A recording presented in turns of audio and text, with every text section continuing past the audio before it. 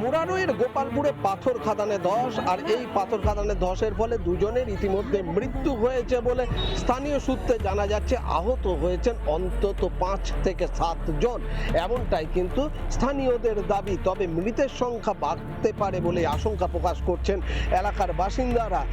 স্থানীয় সূত্রে যেটা জানা যাচ্ছে যে হঠাৎই এই ধস নামে পাথর খাদানে এবং সেখানে কিন্তু পাথর চাপা পড়ে যান। সরে গেছে, মাটিটা নিচে চলে গেছে। মাটিটা চলে যাওয়ার পরে তখন এদিকে দূরে চলে গেছে, তখন ওদিকে মাটি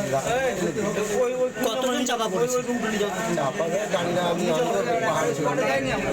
যদিও মালিক পক্ষের দাবি যে 2016 সাল থেকে পাথর খাদান বন্ধ রয়েছে, কিন্তু প্রশ্ন উঠছে পাথর খাদান যদি বন্ধই রয়েছে তাহলে কাজ চলছে কিভাবে, পাথর খনন চলছে কিভাবে?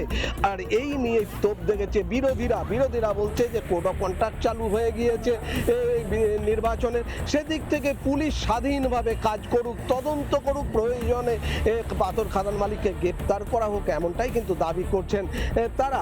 অন্যদিকে তৃণমূল কংগ্রেসের পক্ষ থেকে অবশ্য বিষয়টি এড়িয়ে যাওয়ার চেষ্টা করা হচ্ছে। যেটি স্থানীয় সূত্রে জানা যাচ্ছে যে এই পাথর খাদানটি হচ্ছে এক তৃণমূল কংগ্রেস নেতার, তিনি বীরভূম জেলা পরিষদের সদস্য সিরাজুল ইসলাম খান।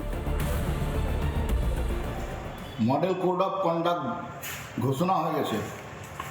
এখনই মুরারের তৃণমূল নেতা শোনা যাচ্ছে তিনি নাকি জেলা পঞ্চায়েতের সদস্য এবং তার দাদা ওখানকার নামজাদা নেতা, তাদেরই এই খাদানটা, তাদের দুজনকে গ্রেপ্তার করতে হবে।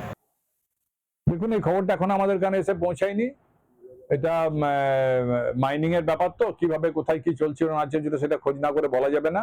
ব্যক্তিটা কোনো বড় কথা নয়, একটা দুর্ঘটনা ঘটেছে, সেখানে মানুষ মারা গেছে।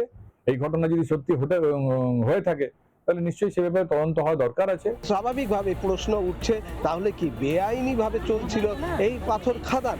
এবং বীরভূমে কিন্তু বেআইনি পাথর খাদানে এর আগেও ধস নামার অভিযোগ উঠেছে এবং মৃত্যু হয়েছে, এমনটা কিন্তু বারবার সামনে উঠছে। বীরভূম থেকে ভিডিও জার্নালিস্ট মোহিতের সাথে মনোরঞ্জন, রিপাবলিক বাংলা।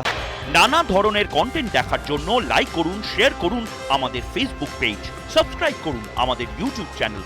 পাশাপাশি অন্যান্য ব্রেকিং নিউজের জন্য অবশ্যই চোখ রাখুন রিপাবলিক বাংলায়।